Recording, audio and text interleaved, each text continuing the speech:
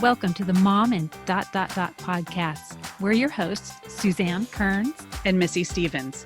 We want to help you through everything that happens in the ellipses, from your professional life to your emotional health. You're a mom and so much more. Let's figure out what comes next together. Welcome to the Mom and podcast. I'm Suzanne Kearns, mom and writer, LGBTQ and sex ed advocate, and today a New York City spring break trip planner / college tour emotional prepper. I'm already getting a little teary-eyed. And I'm Missy Stevens, mom and writer, foster care advocate. And today I'm also planning a spring break college trip, and I'm in total denial. Oh, where are you going? Georgia and South Carolina. Oh, okay. We'll have to talk Georgia. We're going there for SCAD. All right. Today, we are so thrilled to have Zibby Owens on the show. Zibby is a mom and author, podcaster, publisher, and CEO. Zibby founded Zibby Owens Media, a privately held media company designed to help busy people live their best lives by connecting to books and each other. One division is Moms Don't Have Time To, the home for Zibby's podcasts, publications, including 2 anthologies. Going to do a little showcase for one of them here. And communities. The other is Zibby Books, a publishing home for fiction and memoir, which she co-founded with Lee Newman. Her award-winning podcast, Moms Don't Have Time to Read Books, has been downloaded millions of times, and she's a regular columnist for Good Morning America, Katie Couric Media, and Moms Don't Have Time to Write on Medium. Her upcoming memoir, Bookends, a memoir of love, loss, and literature, comes out on July 1st, and her first children's book, Princess Charming, debuts on April 19th. That is right around the corner, and then there's going to be a second one after that, and she lives in New York with her husband and 4 children. And if y'all don't usually watch this on the YouTube channel, you need to watch just to see her amazing library behind her. Welcome. Thank you. Thanks so much for having me. Well, thank you for being here. We know you're crazy busy, and so we really feel honored that you have a few minutes for us. And we were looking at your LinkedIn profile as we were prepping for this, and we got the impression that when you feel like something is what you want to do, you go after it and you make it happen. Is that a correct assumption? That's true. That is true. Yeah. Could you tell us a little bit about your decisions? And your career has spanned years and you've done a lot of things, but if you can boil it down to some of the decisions you've made and the pivots and twists and turns that have gotten you where you are today. Oh, man. I know. Small question. You know, my career never really made any sense to me until recently. I always just followed what I wanted to do, what I was super interested in. And sometimes those things didn't always feel related, but I was attracted to all of them. So, for example, in college, one summer I worked at Vanity Fair magazine. One summer I worked at a psychiatric inpatient unit for adolescents.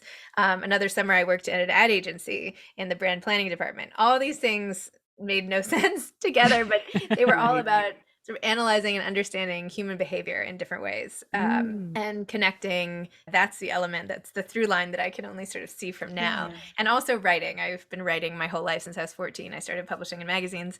So I had some things that I have always been drawn to. And then after college, again, marketing, I wanted to understand consumer behavior. I also love starting things up. Like you were saying, like I love launching things and trying things and all of that. So I worked at Idea Lab, which was an internet incubator where we helped on launching all sorts of different internet businesses. And that was like totally scratched that itch for me.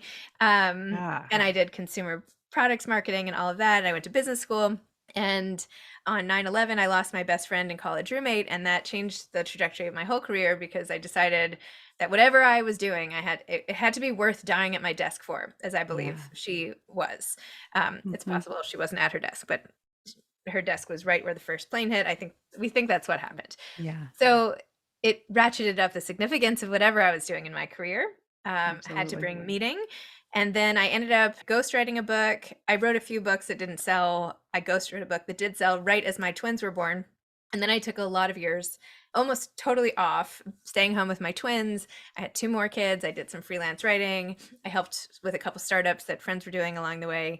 And it wasn't until I got divorced and had some time on the weekends when I didn't have my kids that I could get back into writing. I could get back into reading, which was also one of the huge loves and passions of my life, and start over. And that was in the spring of 2018. And I mean, it's so my life has changed so much in the last 4 years. It's really Yes. crazy. Oh So my gosh. now I've used all those things. I've used literally everything I've learned in every job in some way, shape, or form as this whole brand thing has been building, from podcasts to online magazines to this publishing house I just founded to all the things coming up and everything.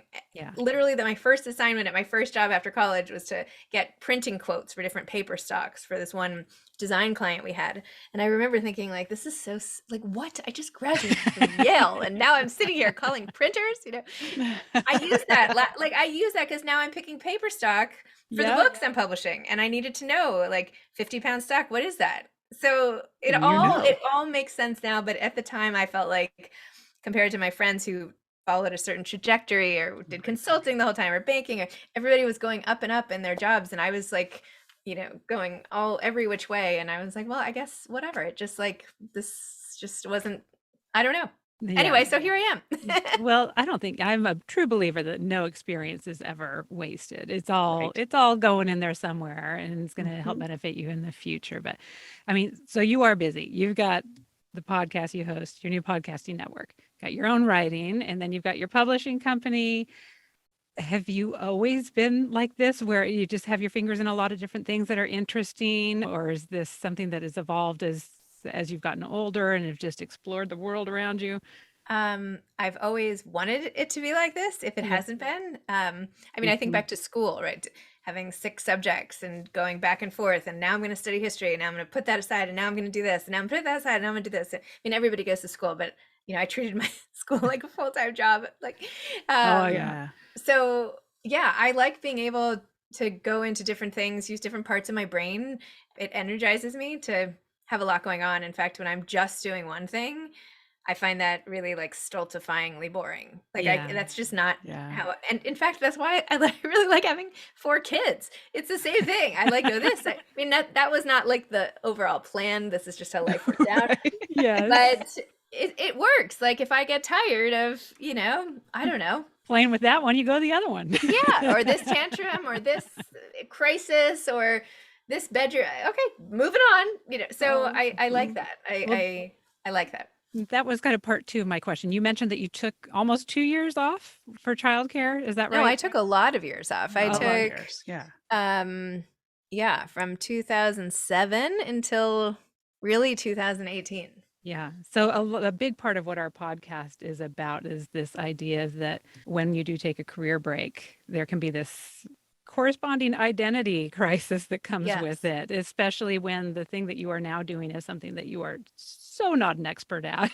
And it's, you're learning as you go. And That being I- childcare. Is that what being you're talking about, child, like yeah, years that of being it. the Yeah. child care or the Yeah. just the child, as the case Right. may be. So just curious, did you experience any of that, or were you still keeping yourself busy with other things to help alleviate some of that?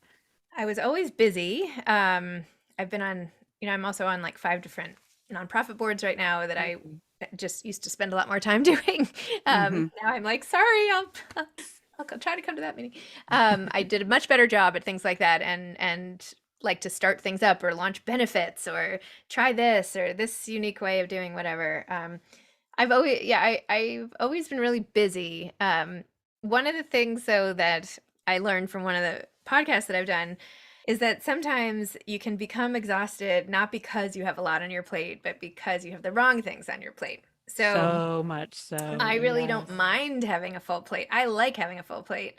It is energizing and makes the rest of my Mhm. life better. But I think for a while I just had the wrong combination of things on my plate. Yes. We hear that time because most of who we interview are career coaches and Yeah. trying to get advice around, this alignment of values and the things that you're doing with your life. And that we hear that time after time is that it's not so much that you've got a lot to do, it's that you're doing a lot of the wrong things. Yes. So yeah, very Yeah. true. And values comes up over and over again in our discussions. And you've already touched on it a little bit when talking about the loss of your friend, just something I connect so deeply with. That same year, not in 9/11, just prior to 9/11, I lost my best friend very suddenly.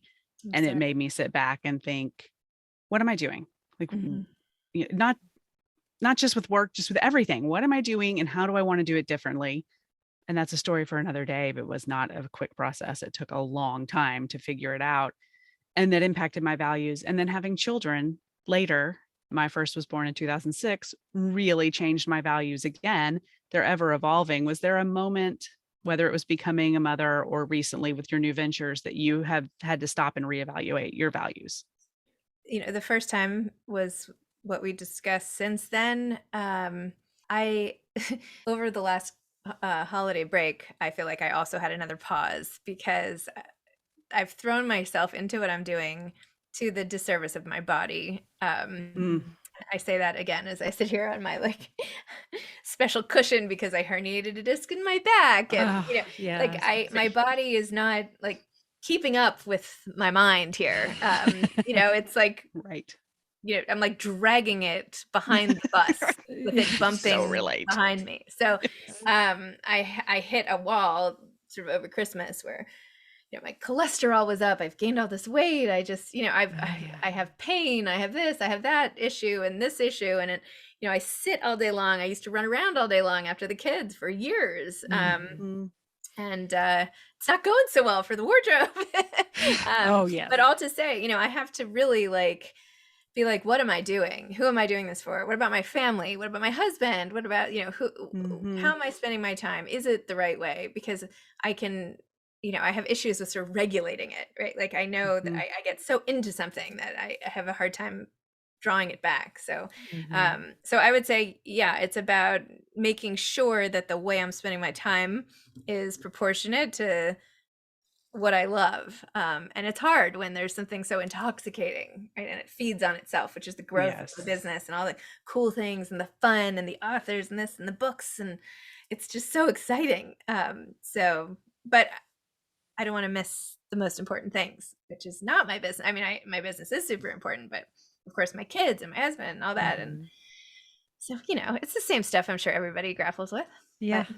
Yeah, exactly. I love that it's kind of universal. Yeah. I'm not unique. And that's part of why we do this podcast, is that I think it's so important for women to hear that we are all struggling, maybe not with the exact same things in the exact same moments, but we're all trying to figure out how to make this work. Yeah, it's tough. At the same time, it's universal. We all think we're the only ones. There's an isolation that comes with it that you think, oh, certainly I must be the only one dealing with this. Well, I do think it is up to each of us alone to navigate our unique environments, right? It's like we all have to, it's almost like like an episode of Ninja Warrior. The course is the same, but everybody comes at it with their own strengths and muscle tone and approaches and whatever. And when you're swinging and jumping, there's nobody there who can totally help you get through the course, even though you have people cheering you on. You do have to kind of swing through it and see if you can make it by yourself. So. That's a great analogy. My son is going to be thrilled that Ninja Warrior got pulled into this discussion. We're big fans of the Ninja Warrior gym, and he's got a t-shirt signed by a lot of the Ninja Warriors. We flew all the way out to Denver when my older daughter was, I don't know, it must have been 5 years ago or something. She was such a fan that we went to like a Ninja Warrior retreat, or I don't even know what it was. It was really cool. Yeah. Oh my God, I love it. Exploring those dreams. But yes, one of the things this week, our episode, so once this airs, it'll have been a few weeks ago. We're doing some time traveling here. Episode number 60 is featuring Alicia Fernandez Miranda, your new podcast. Think you know her. Quit Your Day Job. And so hers just launched this week. Enjoyed that first episode so much. Now I'm going to go direct some TV shows. I think I'm ready. But I know that you've got your fingers in so many different things. Is there some dream job that you'd still love to explore? I've always wanted to own a bookstore. Oh. So I don't know. I actually was looking around before the pandemic at different venues to maybe do that in New York City, but I'm really glad I didn't do it then. Oh, yes. Although, who knows? I mean, just having that responsibility. But yeah, that was like Jenny Lawson and her bookstore. Yeah, Nowhere Bookshop. She had about the same timing. It's worked out in the end, but holy cow, that was stressful. Tough timing. Yeah. So I don't know if that makes sense right now, and I don't want to be like I don't want to be in one place only. I like to be able to go lots of places, and I feel like if I had a bookstore, I should be there. So I'm not ready for that. But at some point, I think that's something I would love to do. Oh yeah, that's one of my fantasies too. I want like a bookstore that's also a bar. Mhm. And then my husband wants to have like a woodworking shop attached to it. Like we have this crazy vision, and I think we'll make it happen one day. I love But you're it. right. It does mean staying in one place, and it's a lot of work. That's a lot of work It's a to lot own of a work. I place. know. I know. I'm not afraid of hard work, but I'm afraid No. of things that take up too much of time because I Yeah. don't have that many slots. Right. Right. But Yeah. I feel like it would be a huge disservice right now in my life to the people that I'm responsible to. I don't think it's the right timing. But yeah, I get that dream. I love that dream. yeah, and I love It's that. It's a risk to take that, but there's you seem to be willing to take risks in your life and try these new things. But I just got to do a shout out for the book, The Moms Don't Have Time to Have Kids. Thank you. First of all, it's got our friend KJ in it. We love yeah. KJ Yes, I love too. KJ. But Amazing. also your essay to all the Aw. books I have never sold. I mean, Missy and I were like, oh my God, she sees us. But as far as like Missy's had a draft of a book in a drawer for years. I've had a book proposal 95% done for like 5 years now. What's your book proposal? Oh, What my is book it? proposal, it's all about helping women who are stay-at-home moms get really strategic about their time Yep. so that they are like nurturing their own interests and passions and not just like trying to figure out what their kids are into. Yep. That's a good idea. And then also it's basically, I like to say it is maintaining their resale value and their sanity while they are home Yeah. with kids. So, so all about that. But yeah, it's one of those things that kind of like you said in that essay, you started this podcast because people were saying you didn't have a platform. Right? There's a reason we have a podcast is because Ah. I was already trying to preempt this future strike of someone being, oh, you don't have this. And it actually works out really amazing because it's a great excuse to interview all the authors of my comp titles. So that's awesome too. It's been a lot of fun. I know it works perfect. But your story of dealing with rejections explains so perfectly why we and others, whether it's writing or any other thing that moms out there want to give a try. The fear of failure just can stop you in your tracks. So, what does keep driving you? And can you bottle it up and send it to Texas? That would be nice. But We'll drink a little. yeah. We'll So, like to drink it down. what keeps you going? What keeps me going? Lots of caffeine. Yes, I just have that's a lot. it. No. I mean, to be honest, sometimes I feel like I have the energy of all those years I wasn't doing all of this built up. Mm. Like it was a big sort of pile of sand collecting, and now it's all like flying out in some big tornado or something. Oh, yeah. Like this backlog. And so I wonder if at some point I'll run out of the backlog, and I'll have to like readjust to my current level. But I do feel like it's like an athlete who was injured and on the bench for a while and is finally ready to play. So I feel like I have some of that going on. And I also feel that I race against time because I'm very aware that time could end at any moment, right? Like that's not just something abstract. It's something that I have top of mind every day. And even though I'm not being kind to my body, which is, hypocritical, I guess, but I'm just very aware that I have to get a lot done before my time runs out. So I think that fuels me also. And yeah, I think those are the main things. And, I take some vitamin B12. I don't know. That'll do Yeah. it. Is there some consistent structure to your days? Like completely selfishly Yes. asking, like, how do you get it all done? Do you do things in this order every day? Or are there certain things you make sure to check off? Or is it more like, what is life throwing at me today? Oh, man. So I book my days insanely. So from 9 to 2:30 when my kids are in school, I often don't have time to eat or like get up and go to the bathroom. Like I have like no time. I have back to back to back stuff. And every so often I get lucky and have a few minutes where I can catch up on emails or something. But basically I wake up, I take my kids to school, I come back, I might have 10 minutes before my first podcast or whatever, and then I'm in it. So from 9 to 2:30, I'm doing podcasts, I'm doing meetings, I'm doing anything that needs to get done. And then I go and pick up my kids, bring them home, and then Before, when I could do this, I would just leave the rest of the day for emails or catching up or whatever. But now some calls and other podcasts sometimes sneak in at like 4 or 5 or something. My latest thing is I've been having authors or people I want to see just come over and like have dinner with the kids and me, because there's just no time. I don't have time. I don't get coffee with friends. I don't. So, but it's really fun. And they're like, "Who's here today?" I'm like, "Oh, it's this best-selling author." It's this, you know. And even meetings, right? I had to finish edits to the second Princess Charming book, so I had my editor come at night, and the kids just sat around the table and they helped write it. And so anything that can involve the kids, I involve the kids. I just interviewed Kevin Jonas, one of the Jonas brothers. Yes. And I was like, doing this after school. So they were like all around. But yeah, but most of my days when I have the kids and during the school week are made up of that. And trying to read, even if I read on the way to pick up and drop off, if I read, a little bit while they're falling asleep, and then I read after they go to sleep, and I read a lot on the weekends. And yeah, like on the weekends I read the manuscripts that were submitted. I don't know. I just am like, and then I write whenever the mood hits me, and then I have to stop everything else, and I'm like, I have to write this. So I don't know. I just make it up as I go, and I'm very lucky. I have an amazing team, and I have a fantastic caregiver for my children who I adore, and my husband's great and very hands-on. So I don't know. I just try to make it through. It takes a village. Well, we know it does take a village. Yeah, we know how incredibly busy you are. I'm so curious, since you are so busy, are you one of the people who believes you have to finish every book? Or if No, or, I do no? not finish every book. I cannot possibly. I used to when I was doing one podcast a week.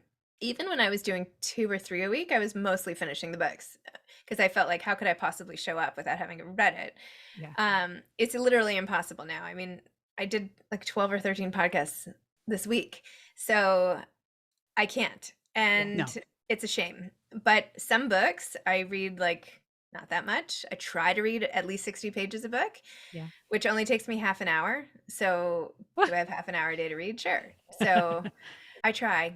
Yeah. And then books that I read, well, now I don't really read books for pleasure, because anything I want to read, I just put on the podcast. But there's some books that I know are coming up in a week or 2 or 3, and I'll try to start them early, starting in June. And I've been counting down to this. I decided this during my big reflection in December. But I'm going down to 6 a week. I'm going down to 5, releasing 5 a week. So I'm not going to do any more than 6 podcast interviews a week, which is so much better than like the 12 that I'm doing now. So oh my gosh.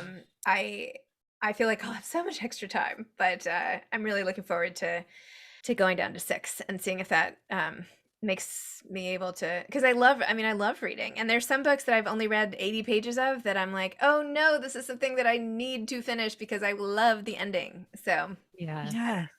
And do you keep them all stacked on your bedside table? Is another really ding dong question. But like, my to be read is taking over my life, and I've had to make special shelves for it. And there are things I haven't finished that I know I want to finish. And then there's things I'm never going to finish, and I put them in a different place. Like, do you have an organization system? I don't. I should. They're all here. No, I should like flag the ones that I didn't really have time to finish, but no, I don't, because there are just so many more that come in. It's like a zoo. It's a zoo of books, a very pleasant zoo, but the best kind. But to the point of being pretty busy, especially moms who are really busy and maybe are not taking the time to read. That's why I am such a big fan of anthologies. Like your moms don't have time to have kids. I'm also a big fan. I know that you had recommended Jen Mann's Midlife Bites. I've been in a bunch of Jen Mann's anthologies in the past. And I just think it's such a nice way for moms to, like, if they just have 5 minutes, they can still get through an entire essay. We're both suckers for personal essays, especially when it is something relatable, and maybe a mom who is feeling kind of alone can just, it's like having someone there to help get them through the day. So highly recommend the anthology. Moms don't have time to have kids. You so much. Yes. And I love the cover. I'm a sucker hold it up again and I'll take a screenshot. Can you do that again? And I can post. There you go. All right, thanks. Great, I'll post it later. I just, such a big fan of anthologies, again, for busy moms. And I mean, I had about a 10-year break, I think, before the Hunger Games came out. I don't think I read for 10 years. And then my husband talked me into the Hunger Games, which I'm kind of ashamed to say I that that's can't what got me imagine you back not on reading. track. No, I didn't. And it was, I couldn't even blame the kids. It was just I was so busy with work before I had kids Yeah. that I'm not going to use the busy excuse. We choose how we spend our time, but I was not choosing to spend my time there. And so that's what happened until I don't know why Hunger Games of all things kicked me back Yeah. into high gear. But okay, so before we kick into our look, listen, learns, where can people find you? There's so Yeah. many places to find you, but where's the best central place to find you, to find everything you're doing? Thanks for asking. You can find me at Zibby Owens on Instagram is the best place. I post way too often. And I try to include almost everything I'm doing, little snippets. That's the best place. I have a website, zibbyowens.com. You can find everything I'm doing there as well. Yeah. Quick links Wonderful. to pre-order the new book. I already Yes. pre-ordered mine. I can't wait. Thank you. Bookends. I Yeah. know. You know what? KJ's been saying that a lot, especially on their hashtag I'm writing podcast. It's such a little gift to yourself because sometimes you forget you do it. Sometimes I accidentally order two because I forget. It's I do been too. a I high do that I too. do too. I do it a lot. But you have a Sometimes gift. sometimes though it'll say you last ordered this on blah blah blah, and I'm like, did I? I do. And then I usually don't believe it. I'm like, did I Right. really? I don't know. think So I'm like, I'll just did. get it again. Maybe I shipped it somewhere else. I'll give it as a gift. So yes, it is a little gift you give yourself because there's the excitement of buying it when you do it, and then it's a surprise when it comes in the mail, and it's so Mhm. And exciting. it shows So, up yes. on pub day and you're like, oh, I have a new. Yeah, we're all about the pre-orders. And it helps. Yeah. I'm sure there's an algorithm out there that it helps for all of our writer Absolutely. friends. So, Yeah. So um, go do your pre-order. yes. So, but for anybody who's listening the first time, welcome. We are so happy to have you here. But our Look, Listen, Learn segment is just a little opportunity to share something that we've been looking at. That can be reading, watching, or staring at something in the distance, listening to like music or podcasts, and learning about. It could be a class you've been taking or a really amazing shampoo you just discovered. So we can, in the interest of time, if you'd like, you can just pick one Look, Listen, Learn, or That's you what can I'm gonna do, is go just for do all one. three, whatever you'd like.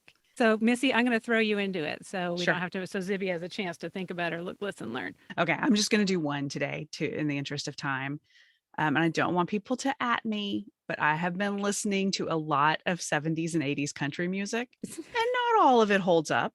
Well, you do live And in not Texas. all of it has the greatest messages. Mhm. But I have found in the last 2 years, like this insanity of our world, that I sometimes find myself really going into the past. Like I need that comfort. And so it's sort of fun to be able to sing every word to every song that my little robot overlord decides to put on the playlist when I ask it to play 70s and 80s country.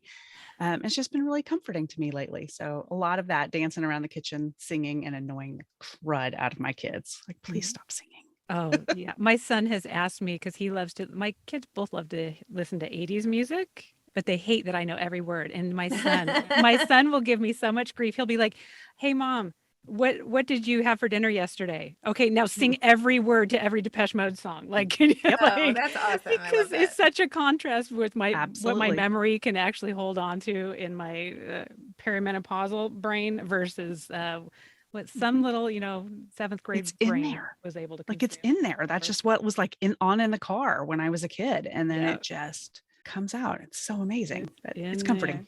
What about you, Zibby? You been look, listen, learning anything? Sure. I'll say for look, there's a show on Fox called Pivoting that my friend Liz Astroff wrote. Oh, And so you yes. should definitely check that out. Listen, I'm going to plug the Zcast Network shows Ask a Librarian with Julie Chavez I podcast, just, which is yes. great. And you already mentioned Alicia's, so that's Yeah. great. Oh, so good. And what's the last one? Learn. Learn. Learn. I don't know. I mean, That's usually where we You're get probably to with our learning a learn lot too. every day. something I've learned. Oh, maybe I should pick a book where I've learned something, maybe. I'm like, what's around me? Nonfiction books. Okay, Jessica, speaking of am writing, Jessica Leahy's book, The Addiction Inoculation, Raising Healthy Kids in a Culture of Dependence. That was really, Excellent. really Here, I can interesting. just pull it up here for Oh, yeah, you. I have it right there. There we Yeah, go. I've got. I learned a lot. I learned a lot in that book, actually, so that was great. And her Yes. book, The Gift of Failure. Yes, Yeah, I'm sure that's around fantastic here reads, too. both of them. Oh, here it is. It's right back here. The Gift of Failure too. We got the whole fan The whole club set. for Yeah. Jess and KJ back there. So, okay. So what that about is you, Suzanne? definitely a What good you book. listening or learning? Okay. I have been looking at Fake, a novel by Erica I Katz. have that here too. Oh, you do? So my friend Allison, who is an agent and a co-founder of Trellis Literary, but most importantly, she's my Monday walking partner. So she came over for dinner last week, and she's the agent for Erica Katz, and she came back with this armload of books, which is, I mean, I would really love having her as a friend, even if she wasn't bringing me free books whenever she comes for dinner. But that's It's a super bonus. definite bonus. So yeah, she brought this book over, and it's really kind of fun because the reason we are going to New York and we are going to RISD for all these college tours is because my daughter is an artist. And so this is a really fun book because the main character, Emma, is a forger, but on purpose. Like she will make identical works of art for investors and collectors and even museums. So these people, and I guess this is actually a thing, people will pay like millions of dollars for a painting, and then they'll pay like 10 grand to some artist to do an exact replica of it. And then that's what they put up. And then they'll have the real one in storage. Yep. For insurance Wow. purposes or just Yep. to maintain the integrity of the paint. I don't even Yeah, it'll be in some special like climate controlled room. Yes. storage I somewhere. did not know that. But even museums will do it. Like if they're Yes. working on Really? cleaning it, or if I don't know what the case. I need to do some more research into this because that just that part is really fascinating. But so yeah, this artist but again, the main character is struggling with, am I an artist? If I'm just copying other people's stuff, does that still count? And then one of the clients that, that has all this fancy art, I was laughing because he's a Russian oligarch, which just is like said every 5 minutes on CNN right now. And I'm like, oh no, they're going to come for his paintings. Yeah, they are. So that's why he has the fake ones up maybe. So he offers her this new career. So she goes from like paycheck to paycheck to living this life of luxury. But then it goes into this deep exploration about like how she's almost becoming the fake. She's, this world that we have through Instagram and influencing or whatever. She felt like she was as fake as the stuff that she was drawing. So that is really fun. I'm just finishing up. I'll probably have to give it to my daughter just because it actually sounds kind of fun. She's really good at like copying exact things. So Yeah, she hey, is. maybe it's a career option. We'll see if RISD offers a course in it. And I've been listening to Phineas. I'm just going to give a shout out. Billie Eilish's brother. He writes most of her music. Seen him at 2 ACLs. He's amazing. And it's my new purpose in life is to make sure he gets the same recognition as Billy because he's just amazing. So I like Phineas, that you've made it your mission. Phineas. What's that? If he I like- succeeds, we'll credit you. Yes. Yeah, I mean, it's all on me. I take the responsibility all on for you. his Good entire luck. career. That's so great. Yeah. So that's what I've been. I too have. I'm sure I've learned a lot of things, but right now, most of my learning has been that living in Texas during an election is rough. So that's my learn. Go back to Unpleasant Seattle, week. Suzanne. That's Yeah. what it says. Oh, well, terrific. Oh, okay. Well, we got you out of here in record time. Yeah, we're gonna get you out So, of here so you really can stretch appreciate it. and walk for a minute, go to the bathroom, get a snack. yes. I have to actually get my son from boarding school now, so I'm gonna jump in the car. So I'm going. Oh, Well, Yeah. safe travels and thank you for being here. We really Thank you for appreciate having it. me. I appreciate it. Yes. This is really fun. You guys are great. oh, and thank you so Thank much for you. inspiring moms to read, y'all. Yes. We talk about making your ellipses count. Mom and ... Part of Love it. making your ellipsis count is exploring things that interest you and maybe try a different genre that you haven't. That can be your little goal for the week is, maybe you didn't think you like mystery thrillers, but give one a try. Try something new and learn what you like in life and in books. Thank you so much. Thank you so much. Thank you. Bye. Bye-bye. Bye. Thank you. Thank you so much for joining us for the Mom and ... podcast. We hope you enjoyed today's show, and if you know someone else who could benefit from the episode, please be sure and share it with them. And while we're begging, please subscribe and rate us wherever it is you listen to podcasts. You can find links to all the things we discussed today in our show notes or over at our website, momandpodcast.com, with the A-N-D spelled out. In between shows, find us over at the socials, including our private Mom and Community Facebook group. The links to that group and all of our socials can be found at momandpodcast.com. Thank you so much for your support. We appreciate you more than you know. Now go out there and make your ellipses count.